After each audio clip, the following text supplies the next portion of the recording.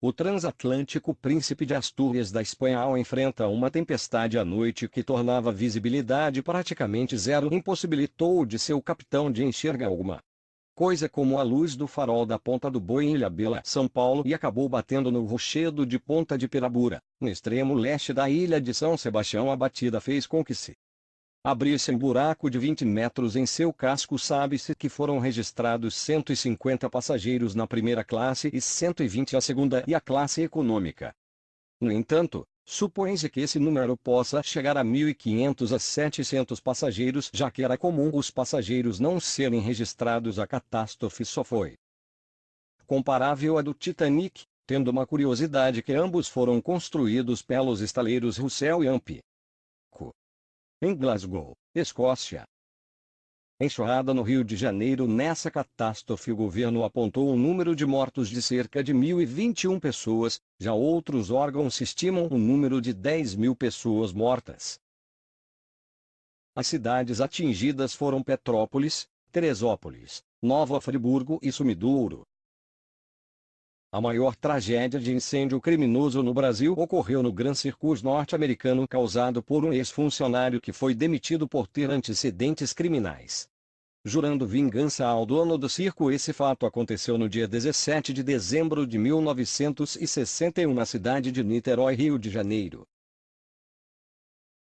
O ex-funcionário Dequinha, que sofria de problemas mentais, contando com a ajuda de mais 2 homens, despejaram gasolina na lona do circo, que tinha como principal material algodão. O fogo se espalhou rapidamente, matando 503 pessoas, em sua maioria crianças, e deixando 1.000 feridas das 3.000 que estavam no circo. Os corpos foram enterrados em covas rasas num terreno que seria mais tarde o cemitério de São Miguel. Quase um ano depois, os 3 foram condenados. Dequinha confessou o crime e foi condenado a 16 anos de prisão. 7 anos depois, fugiu da penitenciária Vieira Ferreira Neto, em Niterói. Foi encontrado morto com 13 tiros no Alto Boa Vista, na mesma cidade, próximo a torres de transmissão. A polícia não identificou o autor do crime. Entre os dias 24 e 25 de fevereiro de 1984, na cidade de Cubatão, no litoral de São Paulo, um incêndio matou 93, mas esse número pode chegar a 500 pessoas. E deixou mais de 3.000 pessoas desabrigadas na Vila Socorro. O incêndio foi provocado pelo vazamento de 700.000 litros de gasolina de um duto da Petrobras, que passava sob as palafitas da favela, onde moravam quase 6.000 pessoas. O problema teria acontecido por uma falha operacional.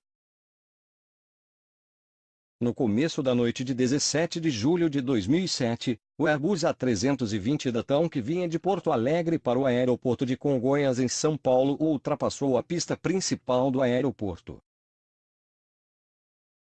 Durante o pouso, passou sobre a Avenida Washington Luiz, colidiu com o prédio da TAM Express e explodiu, matando todos 187 passageiros e tripulantes a bordo e mais 12 pessoas em solo. O acidente entrou para a história como a maior tragédia aérea do país. Em números de mortos, foi o maior acidente daquele ano no mundo.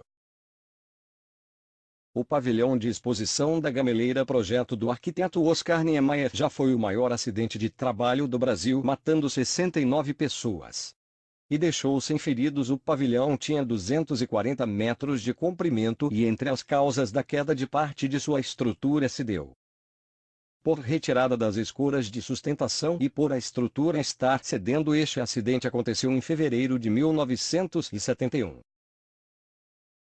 Maior chacina do Brasil, Carandiru. No dia 2 de outubro de 1992, em São Paulo, no pavilhão 9 da Casa de Detenção Carandiru, foi o cenário de um dos episódios mais sangrentos da história do Brasil. Tudo começou com a briga entre 2 detentos, Barba e Coelho, dentro do pavilhão. Os presos começaram a dividir-se em 2 grupos rivais e as brigas se espalharam pelos andares.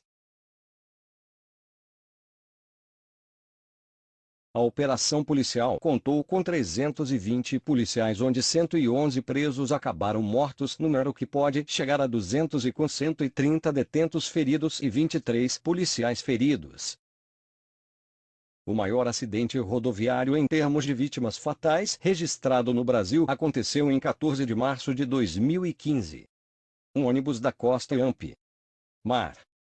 Turismo caiu em um precipício da Serra Dona Francisca, na rodovia Santa Catarina 418, em Santa Catarina, deixando 51 mortos.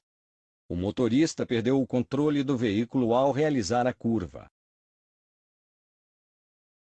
Em 1º de fevereiro de 1974, o edifício Joelma, localizado na região central de São Paulo, pegou fogo devido a um curto-circuito que causou a morte de ao menos 188 pessoas, deixando mais de 300 feridos. O incêndio da Boate Kiss. Essa tragédia aconteceu no Rio Grande do Sul, onde 242 pessoas morreram e mais de 600 ficaram feridas. Com a utilização de fogos de artifícios, a espuma utilizada no isolamento acústico da boate começou a pegar fogo. Esta era composta pelo poliuretano que, ao queimar, libera gases tóxicos, como o cianeto, o monóxido de carbono e o dióxido de carbono. Essas substâncias se alastraram rapidamente durante o incêndio e intoxicaram as vítimas.